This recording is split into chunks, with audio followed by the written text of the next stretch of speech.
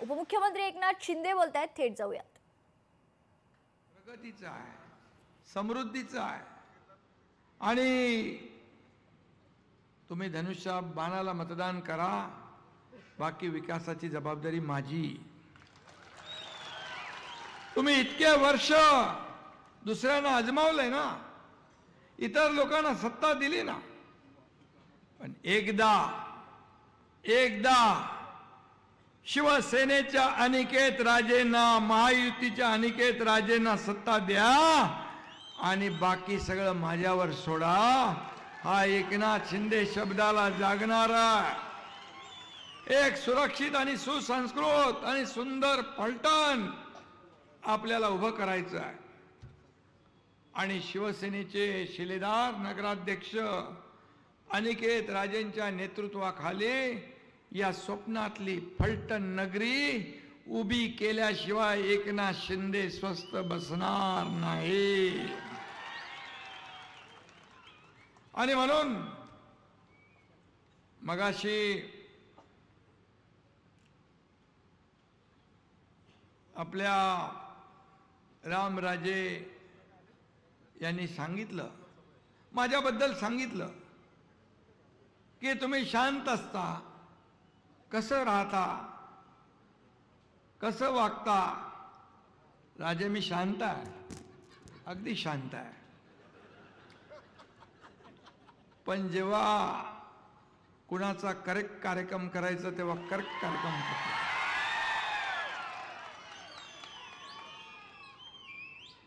दोन 2022 साली या महाराष्ट्रानं नाही, देशाने नाही, जगातल्या 32 देशांनी बघितलं हु इज एकनाथ शिंदे.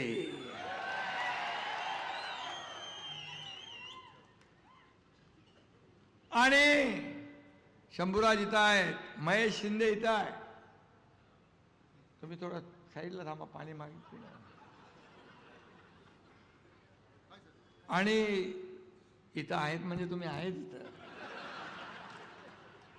अरे मी 2022चा किस्सा सांगतोय.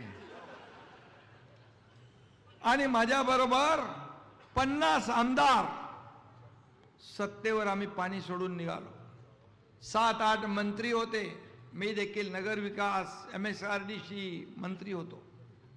सत्ता सोडली आम्ही, सत्तेवर पाणी सोडलं. कोण सत्ता सोडता? विरोधी पक्षातले लोक सत्तेकडे येतात, आम्ही सत्ता सोडून निघून गेलो. का? कारण या राज्यामध्ये शिवसेना प्रमुखांचे विचार पायदळी तुडू लागले.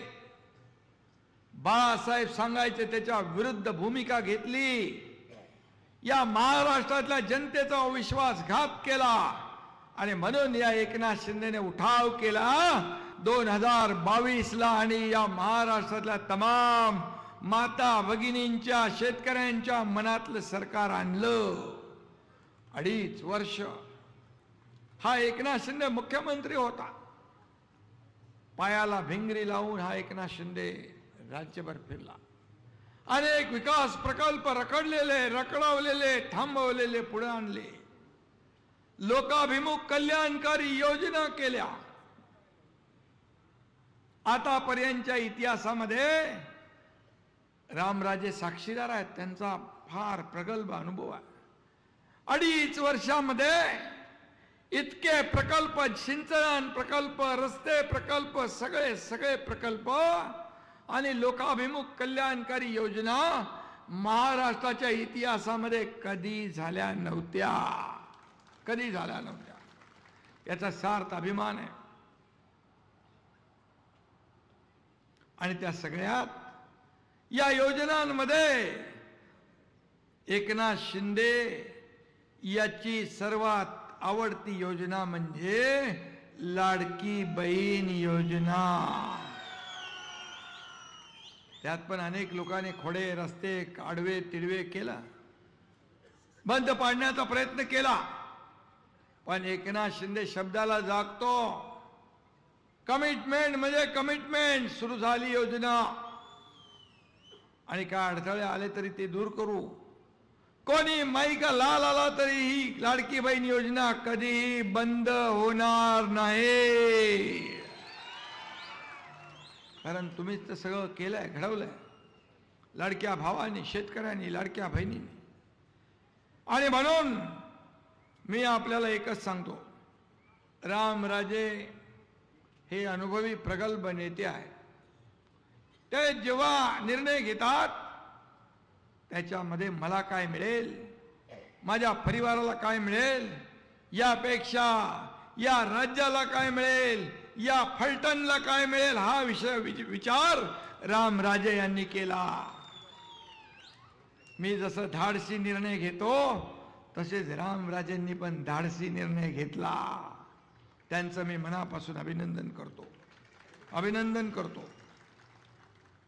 आणि म्हणून त्यांनी एक उदाहरण दिलं. लोणावळ्याच्या दरड कोसळली होती. मी खरंच आहे, मी MSRDCचा मंत्री होतो आणि रामराजे तिकडून चालले होते. त्यांनी पाहिलं मला. मी एवढंच सांगतो, तर फलटणमधून एकनाथ शिंदे बोलत होते. यावेळी एकनाथ शिंदेंनी रामराजे नाईक निंबाळकरांचं भरभरून कौतुक केलेलं आहे. विशेष म्हणजे रामराजे नाईक हे शिवसेनेच्या प्रचारासाठी, सभेसाठी शिवसेनेच्या सभेच्या स्टेजवर उपस्थित असल्याचं पाहायला मिळतं. तर सातारा जिल्ह्यात सध्या महायुतीत मिठाचा खडा पडलाय. अनेक ठिकाणी भाजपा विरुद्ध राष्ट्रवादी आणि शिवसेना एकत्र लढते. त्यामुळे आमदारांसह मंत्री आणि पदाधिकाऱ्यांची प्रतिष्ठा देखील पणाला लागली आहे.